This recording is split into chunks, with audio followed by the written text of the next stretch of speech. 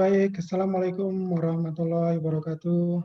Apa kabar teman-teman bangku semua? Hari ini kita kedatangan tamu spesial, seorang pejabat yang sangat kece di lingkungan Kementerian Lingkungan Hidup dan Kehutanan. Beliau adalah seorang pejabat yang sekarang bertugas tepatnya di Taman Nasional Gunung Rinjani. Jadi beliau adalah Kepala Taman Nasional Gunung Rinjani. Selamat datang Pak Dedi, apa kabar? Selamat. Oke, Assalamualaikum warahmatullahi wabarakatuh. Waalaikumsalam warahmatullahi wabarakatuh. Bagaimana kondisi setelah Lebaran Pak di Taman Nasional? Alhamdulillah. Alhamdulillah. Dan kerinduan akan Rinjani semakin menggebu. Masya Allah. Oh ya, jadi sebelum kita mulai, jadi saya ingin memperkenalkan dulu beliau. Beliau ini aslinya orang Maros. Maros itu berada di sekitar Makassar, di bagian utara sedikit dari Makassar, merupakan sebuah kecamatan, dan beliau itu lahir ya 46 tahun yang lalu, ya masih muda lah. Sebagai seorang kepala Balai Taman Nasional, beliau termasuk kepala balai yang mungkin salah satu yang termuda. Jadi seperti itu, karirnya moncer, dan tentunya dengan karir moncer ya itu didukung oleh kekecian yang tadi itu. Jadi seperti itu. Jadi beliau menghabiskan masa sampai pendidikan S2-nya itu semuanya di Sulawesi ya. Masa kecilnya sekolahnya di Sulawesi, terus S1 maupun S2-nya di Unhas. Baik S1-nya beliau ambil itu biologi, sedangkan S2-nya kehutanan. Tapi ada hal yang menarik dari beliau ini, bahwa beliau selama kuliah itu sangat hobi untuk naik gunung, Pak ya? Iya, ya. Ya, bisa dijelaskan mungkin mengenai hobinya ini sebelum kita masuk di diskusi yang lebih serius lah ya, kita anggap begitu.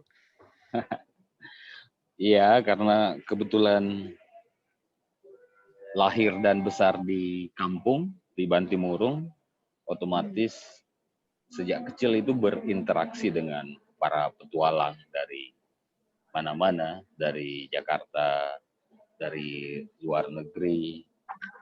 Ya, di situ awal mula ketertarikan dengan dunia outdoor. Oh gitu, iya iya iya. Terus selama itu mungkin pernah jadi porter atau apa pada saat kecil, cari-cari uang saku tambahan gitu? Malah waktu kecil saya pelanggar hukum tuh. Saya hidup di Bantimurung, sekitar Taman Nasional Bantimurung. Saya nangkap kupu-kupu dan jual kupu-kupu itu sejak kecil sampai SMA. Oh, berarti kerja di Kementerian Kehutanan ini untuk membalas dosa ini berarti ya? Penebusan dosa gitu.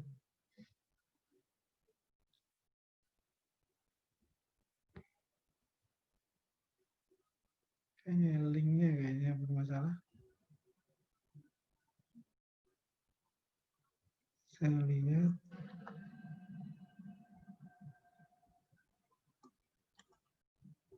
Ada link bisa ya?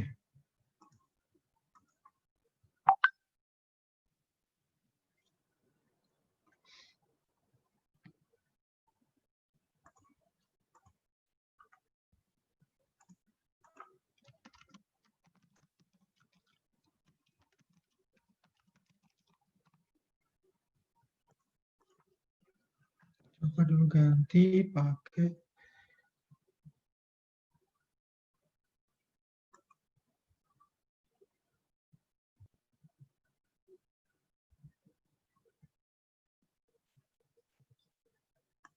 Halo.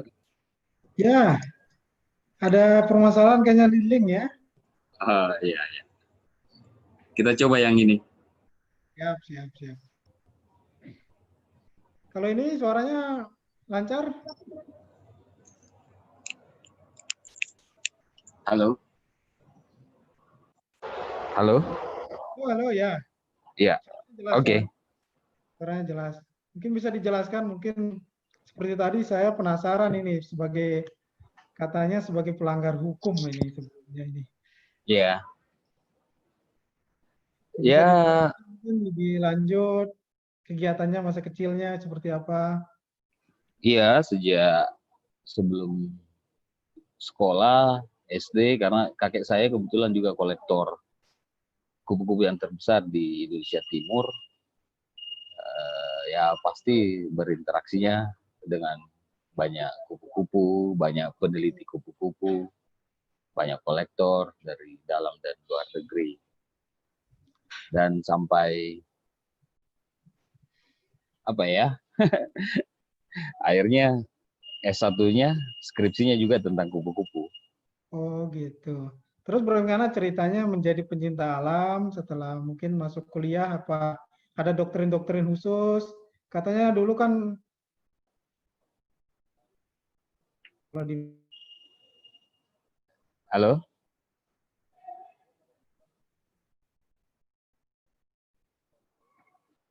Halo? halo, halo. Ya, jadi pecinta alam karena di Unhas juga apa rame ya pecinta alam. Jadi apa ya?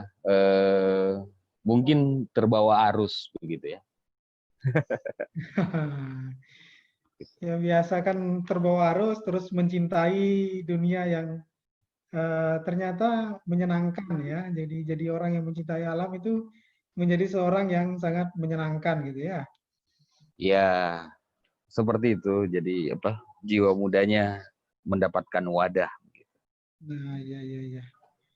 Terus ceritanya sehingga setelah lulus masuk ke Kementerian Kehutanan bisa diceritakan mungkin seperti apa?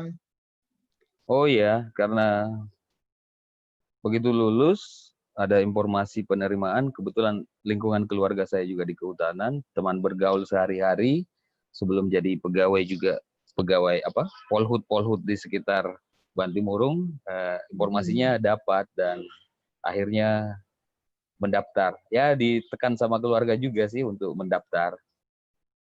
Oh gitu ya Akhirnya ya ya lolos ya ya. ya. Jadi banyak juga ya, maksudnya pengalaman ASN seperti itu ya. Oh iya. Jadi kepinginnya idealis dulu kerja sesuai dengan apa yang diinginkan ya. Iya. Memang seperti itu. Terus bisa dijelaskan dulu bagaimana sejarahnya sebelum sampai ke ini, sampai ke Mataram lah sebagai menakodai Taman Nasional Gunung Rinjani. Riwayat pekerjaan ya, jadi daftar PNS-nya itu jadi polisi kehutanan. Alhamdulillah lulus tahun Hmm. 2000. Kemudian bertugas di cabang dinas kehutanan di daerah Parepare di Sulawesi Selatan. Kemudian 1 tahun itu 2002 itu gabung ke dinas kehutanan provinsi Sulawesi Selatan. Kemudian akhir 2002 kembali ke basic ke kantor KSDA Sulsel. Habis itu sampai 2007 awal promosi ke Taman Nasional Bantimurung di kampung halaman bertugas selama Hmm. 9 tahun. Kemudian 2017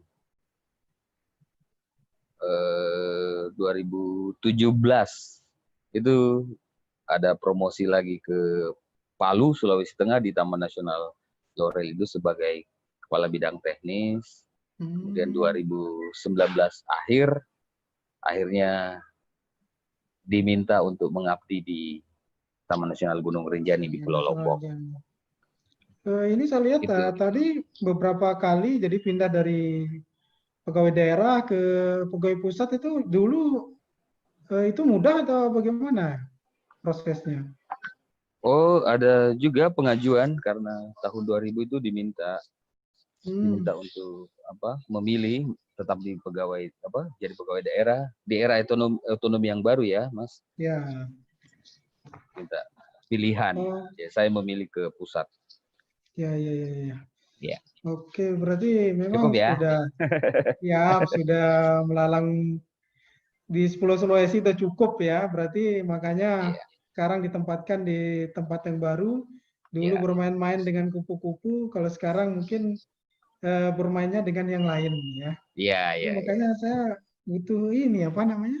Penasaran juga nih bagaimana kalau kita berbicara Rinjani kan sekarang ini sebagai sebuah taman nasional, terus juga Rinjani itu sekarang sebagai Geopark Dunia, UNESCO Iya, Global Geopark, termasuk juga Rinjani itu sekarang jadi cagar biosfer dunia. iya, Otomatis kan selain sebagai apa namanya sebuah tempat ya berwisata tingkat nasional, internasional juga akan sangat melirik Rinjani ini untuk menjadi sebuah wisata alam yang menarik.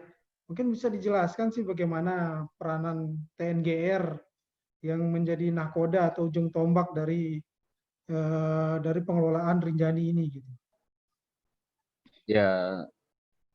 Taman Nasional, khususnya di Taman Nasional Gunung Rinjani itu merupakan jantung ya buat masyarakat Lombok. Di situ ada tatanan air, tatanan ekologi yang penting untuk dipertahankan untuk menjamin keberlangsungan kehidupan masyarakat Lombok. Kebetulan kondisi biofisik Rinjani itu adalah basisnya adalah bentang alam gunung vulkanik, otomatis juga menjadi sangat penting karena merupakan daerah vulkanik yang di Ring of Fire. Terkait dengan tambahan status sebagai UNESCO Global Park itu dan cagar biosfer itu semakin menambah peran Taman Nasional Gunung Rinjani untuk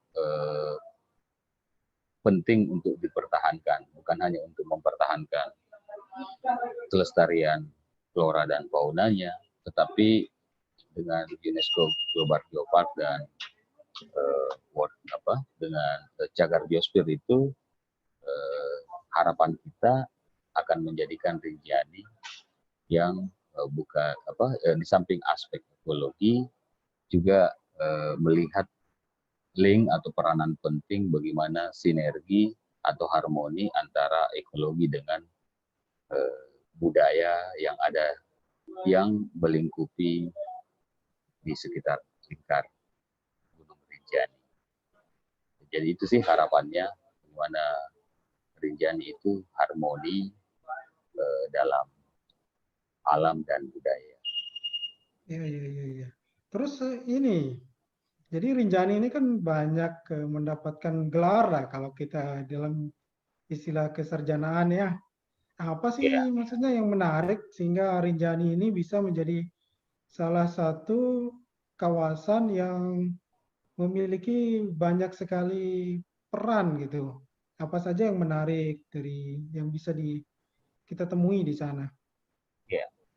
Kalau dari sisi potensi keanekaragaman hayati, salah satunya itu adalah yang data update yang sekarang ya untuk flora itu ditemukan jenis jamur namanya jamur morel yang merupakan jenis jamur yang di perdagangan internasional itu merupakan jamur termahal kedua di dunia.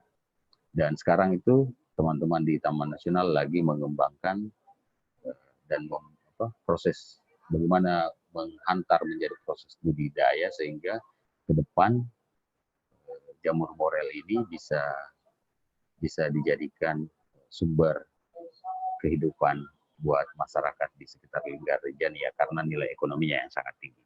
Kalau dari segi fauna ada banyak celpuk Rinjani yang sangat spesifik ada apa ya, ada fauna-fauna yang lain seperti rusa yang dari kesejarahan masyarakat itu sangat erat kaitannya dengan budaya masyarakat Lingkar Rinjani dengan keberadaan Gunung Rinjani. Iya, dengar-dengar itu rusa juga menjadi salah satu lambangnya Ya, NTB ya, ikonik. Ya, ikonik di ya. samping menjadi satwa ikonik Provinsi NTB, memang juga logo Taman Nasional Gunung Rinjani itu rusa. Jadi PR-nya adalah bagaimana keberadaan rusa di Taman Nasional Gunung Rinjani itu bisa tetap bertahan. Iya, Kalau benar. dari sisi vulkanologi kegunung apian, mungkin Bang Kus tahu sebagai ketua YAGI, Gunung Rinjani salah satu gunung yang aktif ya, yang kebetulan merupakan juga jalur wisata pendakian yang paling indah di Indonesia. Tantangan tersendiri bagaimana jalur pendakian yang indah itu dengan kondisi gunung aktif. Iya, saya kemarin sih lihat di statusnya ini Pak Dedi, Iya, habis mendaki Rinjani kayaknya ini ya. Bisa iya, iya, iya. dijelaskan ini bagaimana sih rasanya mendaki Rinjani ini? Biar nanti kita yang walaupun pernah mendaki, apa update-update yang terbaru lah. Karena kan ini sudah hampir setahun mungkin pendakian ini gara-gara COVID ini dihentikan gitu. Iya, saya memang terdorong, tertantang dan apa ya, punya passion sendiri untuk mendaki Gunung Rinjani di awal bertugas saya. Karena supaya ke depan rasa memiliki pengelolaan itu tidak saya dapatkan dari teman-teman di internal TN atau di luar, tapi saya bisa melihat langsung dan merasakan langsung keindahan dan bagaimana sensasi pendakian itu. Kalau menurut saya, yang selama ini kita lihat dan kita dengar cerita tentang pendakian Gunung Rinjani itu lebih banyak didominasi oleh feeling exciting-nya itu dari sisi keindahan bentang alam, bagaimana itu sunset atau sunrise dan bagaimana keindahan di di padang Kader. savana Hmm. gitu. Kalau kita lihat postingan-postingan di media sosial tuh. Tetapi yang sekarang ini yang kami lakukan di TN Rinjani itu mau mengeksplor potensi flora dan fauna sehingga pendakian Gunung Rinjani itu bukan hanya menikmati keindahan bentang alamnya, tetapi di beberapa titik tertentu itu pengunjung bisa melihat, mendengar potensi burung yang ada di Gunung Rinjani. Ya, yang tahun ini yang dipersiapkan itu adalah signboard di mana pengunjung dalam jalur pendakian itu bisa melihat atau kemungkinan bisa melintas burung-burung yang khas di Rinjani. Seperti itu. Jadi ada diversifikasi dari dari objek yang akan dinikmati. Seperti itu. Ada treatment khusus ini supaya misalnya burung-burung itu atau satwa lain lah bisa bisa di suatu objek tertentu bisa kita Ya, nikmati. Misalnya mereka burung atau yang lain satwa yang lain ketika didekati oleh manusia yang mendaki itu tidak takut gitu. iya. Gini di Pulau Lombok saya melihat bahwa kalau dilihat dari sejarah penunjukan Taman Nasional dari literatur yang ada di Pulau Lombok itu punya potensi keanekaragaman burung yang sangat tinggi, tetapi lambat laun itu terasa itu semakin berkurang. Setelah melihat bagaimana budaya masyarakat Lombok, saya minta maaf ini sepertinya budaya masyarakat Lombok itu banyak sekali yang senang untuk memelihara Berburu. burung. Itu jadi tantangan tersendiri karena keberadaan di alam itu sangat ditentukan dari kebiasaan masyarakat yang berada di sekitarnya. Tetapi harapan kita melalui usaha-usaha yang dilakukan selalu ada sosialisasi bahwa mengambil, memelihara burung itu punya risiko buat kesehatan dan ada juga risiko di alam. Sehingga ke depan harapannya masyarakat Lombok itu bisa menikmati burung di alam saja, Iya, iya, seperti iya, itu. iya. Terus pelibatan masyarakat bagaimana? Biasanya kan kalau masyarakat seperti Pak Dedi dulu waktu kecil kan senang Ya, berburu kupu-kupu. Tapi ya, kalau kita libatkan untuk dalam bidang konservasi, mungkin mereka lebih senang ya. juga seperti Pak Dedi gitu. Ya, itu PR-PR ya dalam pemberdayaan masyarakat. Sekarang ini kegiatan-kegiatan untuk mengedukasi dan sosialisasi itu kita titik beratkan ke generasi pelanjut. Jadi kita ada program untuk kadar konservasi, itu bagaimana membina atau mengedukasi dari awal pengetahuan-pengetahuan tentang pentingnya menjaga alam dan menjaga flora fauna ya di kawasan Gunung Rinjani. Itu namanya program kadar konservasi. Oh iya, iya, iya. Dan juga di media sosial kita itu memang ini pekerjaan bersama ya, pekerjaan bersama. Jadi bukan hanya dibebankan ke Taman Nasional Gunung, manajemen Taman Nasional Gunung Rinjani. Harapannya itu menjadi pekerjaan bersama sehingga ada pelajaran yang menarik di masa pandemi ini. Ada tagline yang menyatakan bahwa our solution in nature. Saya pikir itu pesan yang sangat kuat bahwa mempertahankan alam itu merupakan solusi dari kehidupan ke depan. Ya, benar-benar.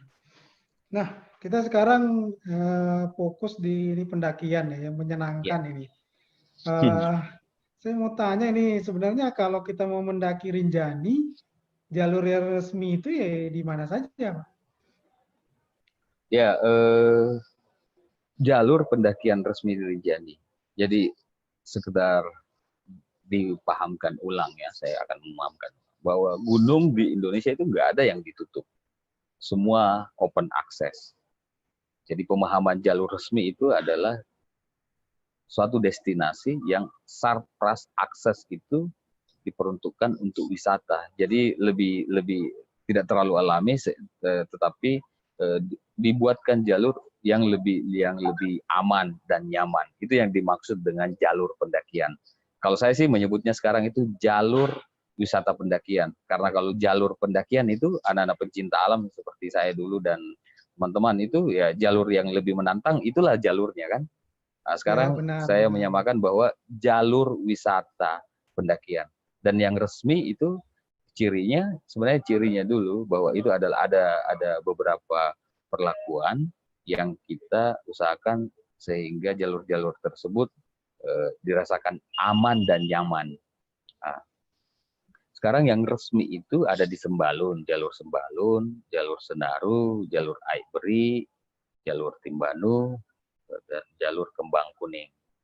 Nah, sebenarnya ada satu lagi jalur yang sudah lama namanya jalur Torean, tetapi itu lebih dikenal sebagai jalur budaya. Jadi bagaimana Ya, memfasilitasi, memberikan akses kepada masyarakat kawan-kawan yang punya hajat dalam bidang budaya, khususnya masyarakat Hindu untuk kegiatan melempak kelem di Danau Segara Anak gitu. Tetapi sekarang saya merencanakan untuk membuka sebagai jalur wisata umum dan di momen Mulempak Kelem itu yang kita tutup untuk wisata umum, tapi kita buka untuk wisata budaya religi. Jadi kalau selama ini jalur Torean itu semua ditutup untuk umum, tetapi disebut sebagai jalur religi. Jalur pelaksanaan religi kan 1 kali 1 tahun. Ya ya, harusnya 364 hari itu adalah jalur wisata.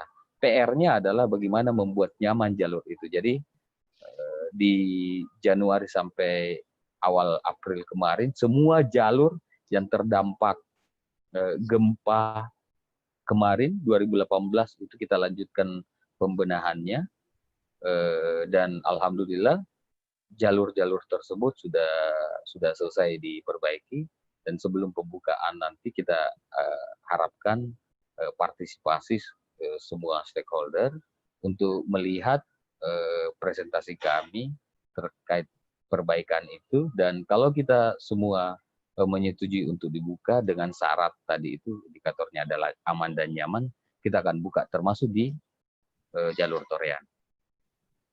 Iya, baik, menarik juga ini kata-kata aman dan nyaman ini. Jadi Ya, ya namanya wisata pendakian pasti ada tantangannya ya. ya, ya, ya. Maksudnya aman dan nyaman itu standarnya seperti apa sih? Maksudnya bisa di. Ya,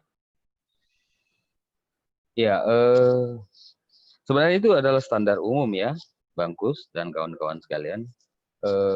Cuman selama ini tidak di drive menjadi salah satu indikator yang dipahami oleh semuanya, semua industri pendakian termasuk pengelola, pemandunya, porter, dan pengunjungnya.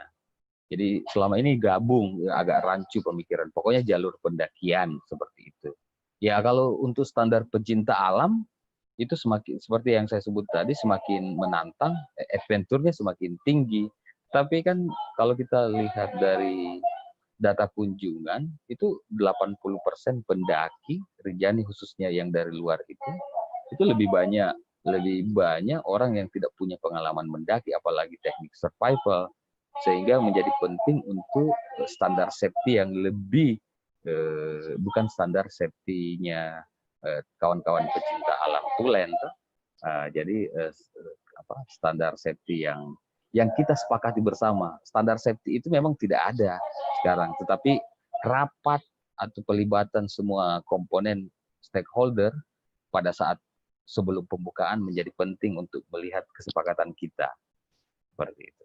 Yang mana kita akan menayangkan presentasinya berupa video akan existing hasil perbaikan. Seperti itu Bang Kus.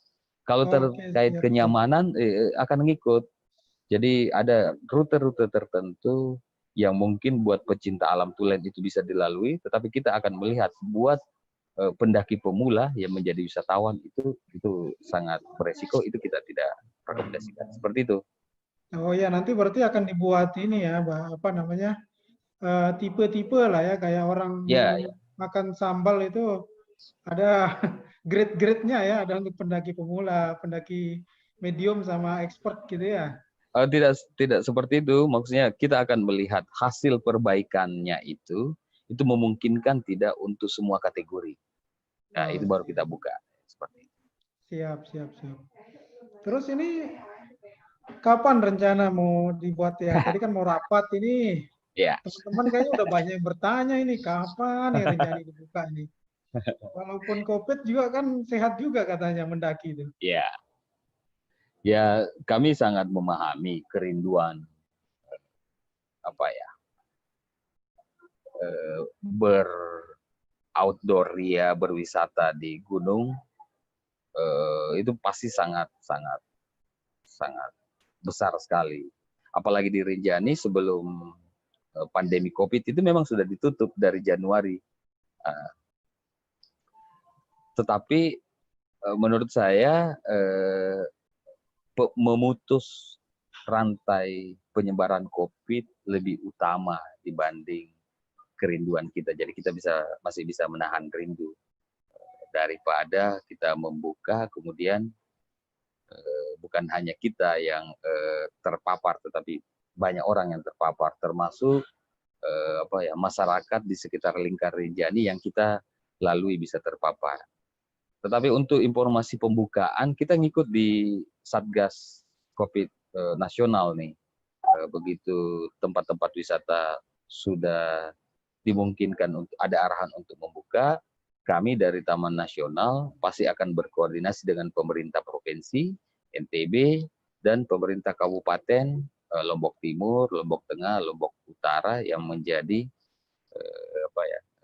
daerah kabupaten yang melingkupi Taman Nasional, karena kepastian keputusan itu sangat baik jika dilakukan oleh semua pihak termasuk pemerintah pusat dan daerah.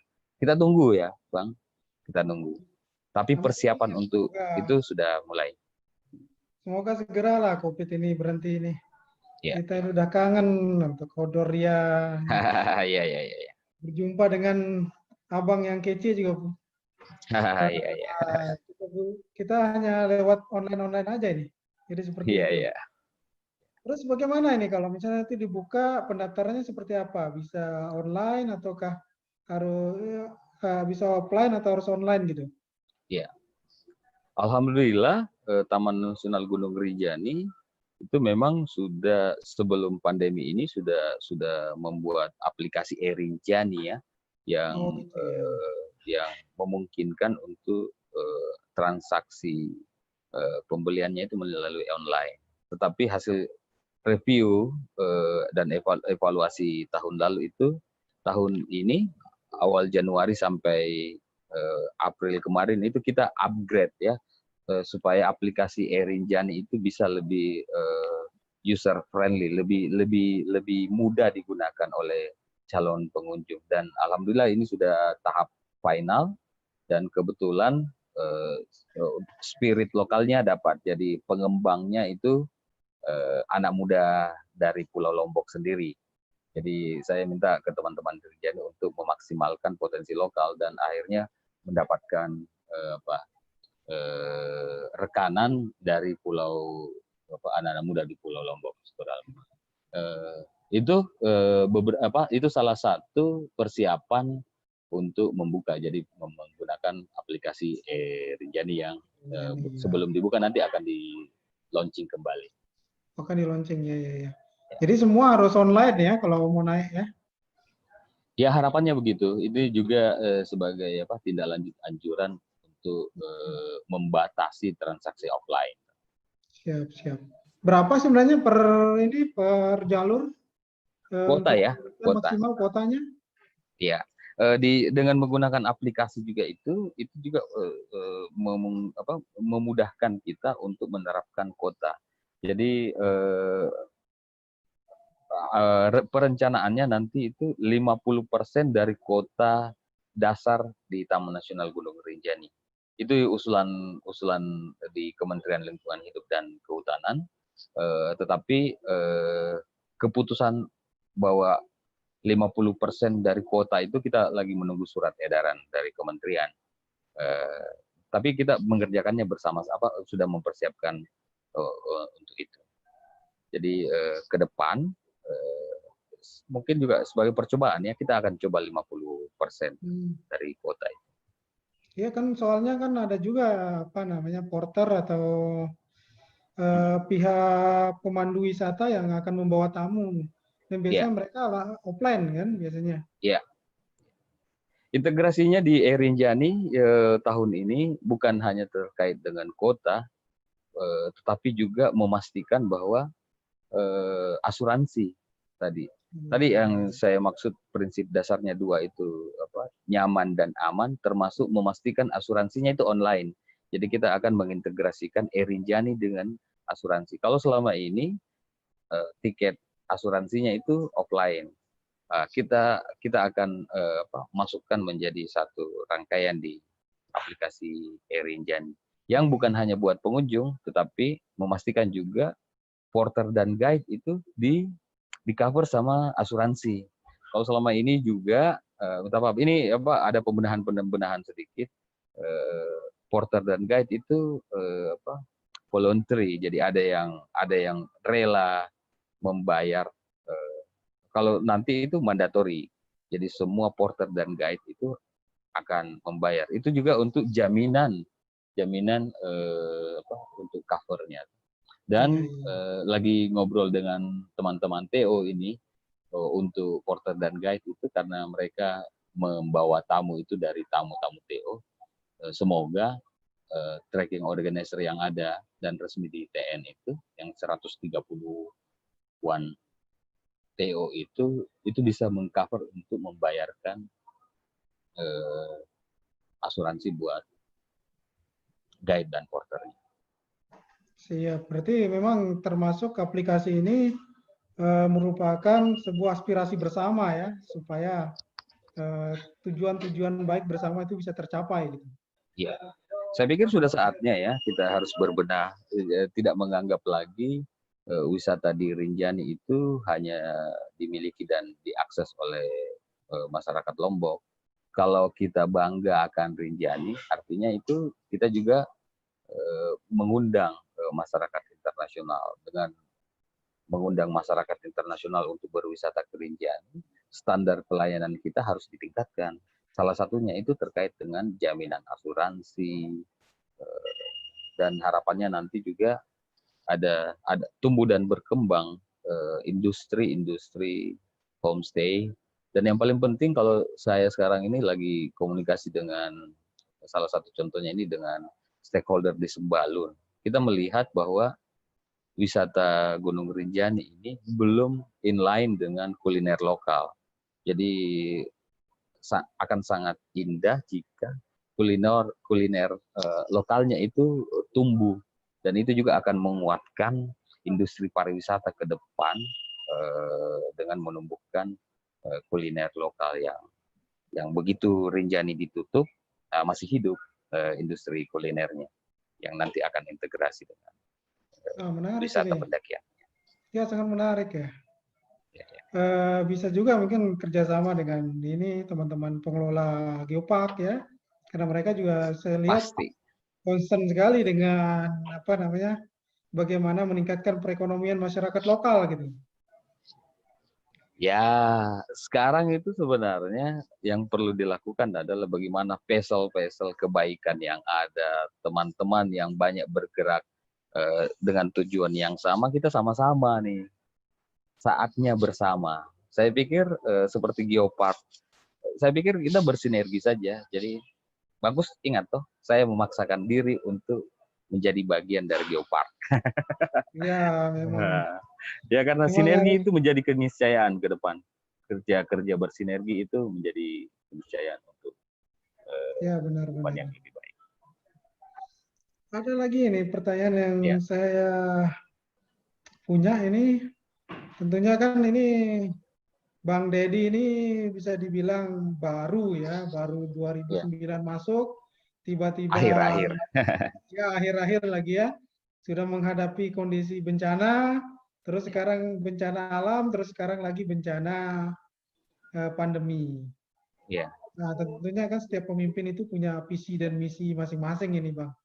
Kira-kira Bang Dedi ini visi dan misi untuk mengembangkan Taman Nasional yang berprinsip apa namanya edukasi, prinsip konservasi dan pengembangan ekonomi masyarakat itu seperti apa ini? Saya punya tagline baru sekarang yang dikembangkan di teman-teman Rinjani. Namanya Rinjaninte, Rinjani Ite. Karena saya Oh, bukan orang menarik ini. Sasak, menurut teman-teman itu artinya Rinjani kita.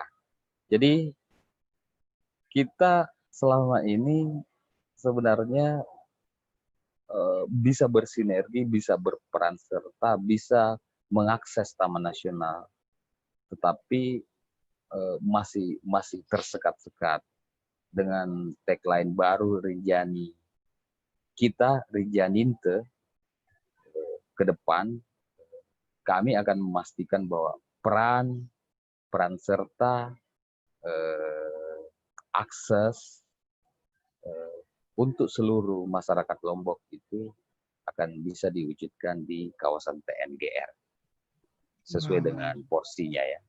Contoh begini, teman-teman di dunia akademik, kita akan bersinergi dalam menciptakan lokasi-lokasi penelitian di Rinjani. Kita akan wujudkan itu. Teman-teman di Geopark, silahkan kami menjadi salah satu bagian dari landscape dari deliniasi Geopark Lombok Rinjani. Dengan masyarakat, kita akan memastikan bahwa ada akses di beberapa zona yang bisa dimanfaatkan oleh masyarakat di sekitar Rinjani. Itu mengenai akses-akses ya. Tetapi harapan kita juga kalau kita menyadari bahwa Rinjani itu adalah Rinjani kita, Rinjaninte, artinya beban untuk pengelolaannya di-share juga ke stakeholder. Kalau ada pelanggaran, itu juga masyarakat itu bisa berperan serta untuk paling tidak ada penyampaian informasi kepada petugas setempat, atau kalau bisa itu membuat tindakan awal di lapangan. Salah satu contohnya seperti ini. Sekarang ini menghadapi kerinduan pendaki gunung di Rinjani dan yang berasal dari masyarakat lokal, anak muda di lokal itu, kita lagi kerjasama dengan kelompok pencinta alam yang ada di sekitar lingkar Rinjani untuk bertugas bersama di jalur-jalur resmi ataupun tidak resmi. Ya, itu bisa dilihat di media sosial IG-nya Taman Nasional Gunung Rinjani, bagaimana kami mewujudkan Rinjaninte, bagaimana bersinergi dengan TNI Polri, bersinergi dengan kepala desa, bersinergi dengan kelompok-kelompok pencinta alam.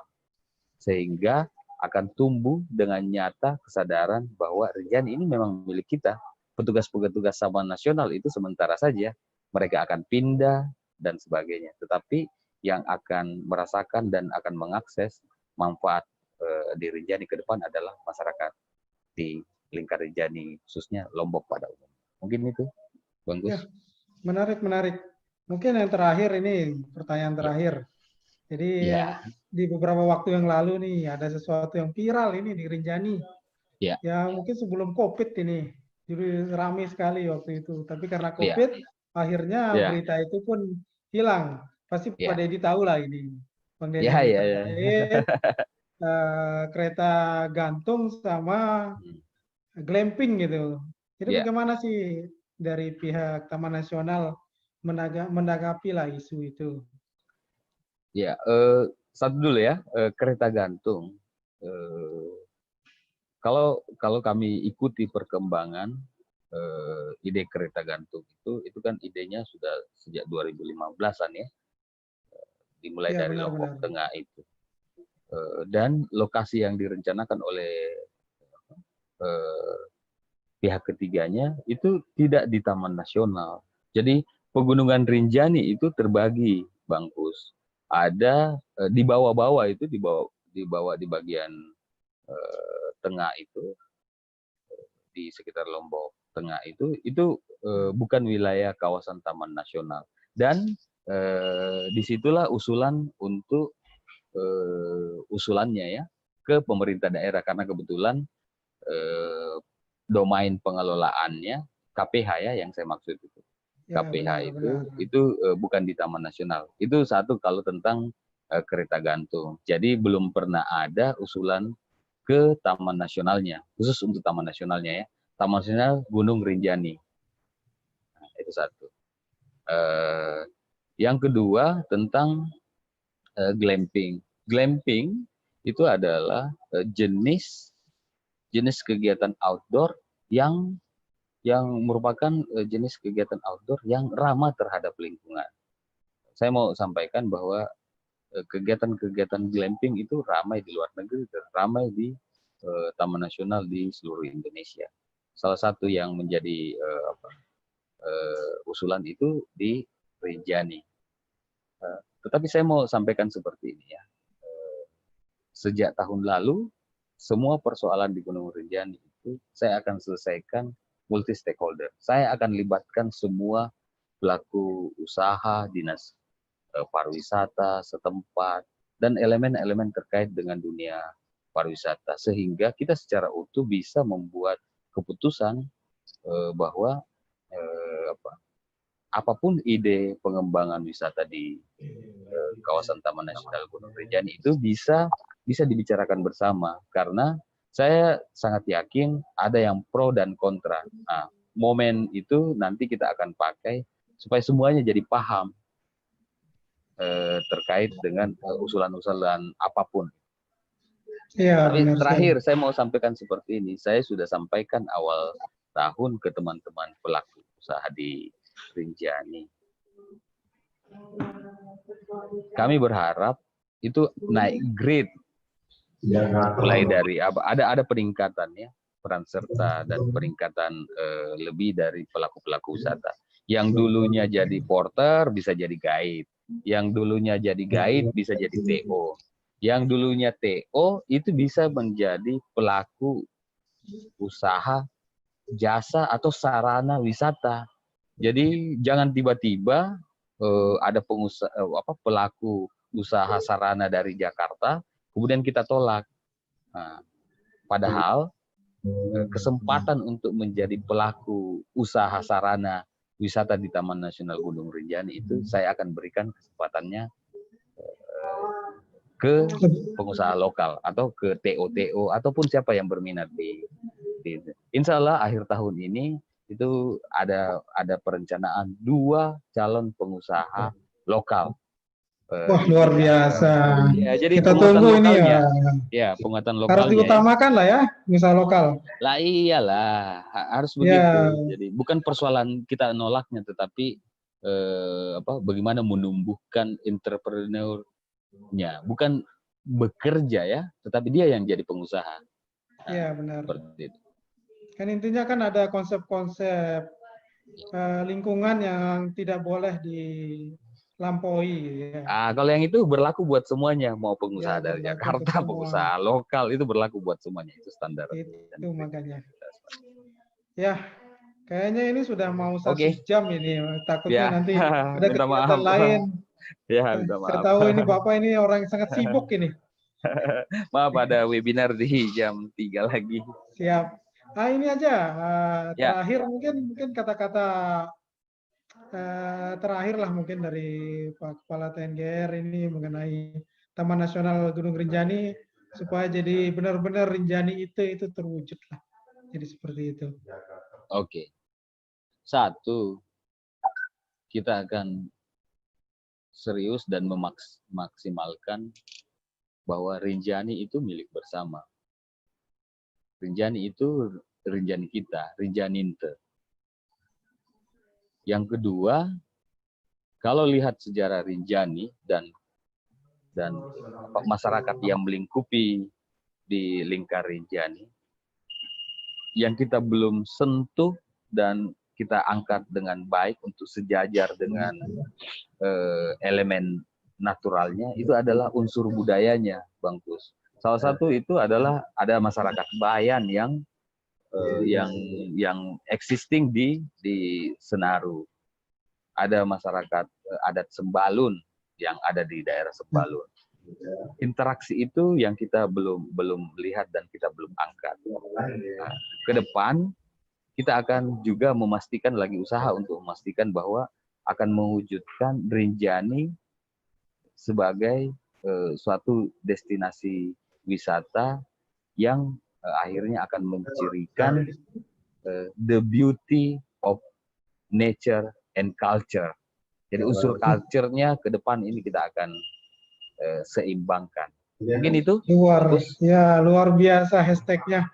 Jadi semoga keseimbangan nanti antara culture dan keindahan alam maupun keindahan budaya bisa kita wujudkan sehingga Rinjani bukan hanya sebagai wisata alam tapi juga sebagai wisata budaya dan begitu kita bisa menjadi seperti sekarang seperti yang nenek moyang kita sebutkan. Rinjani itu adalah sumber dari kehidupan masyarakat Lombok dan sumber-sumber itu kita harapkan menjadi benar-benar menjadi sumber semangat untuk Pak Kepala.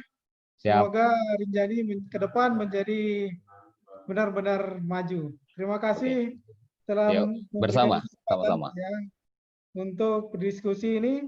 Insya Allah ke depan kita akan berdiskusi dalam hal yang mungkin lebih spesifik mengenai sesuatu isu. Terima kasih. Oke, Assalamualaikum warahmatullahi wabarakatuh. Waalaikumsalam warahmatullahi wabarakatuh. Selamat.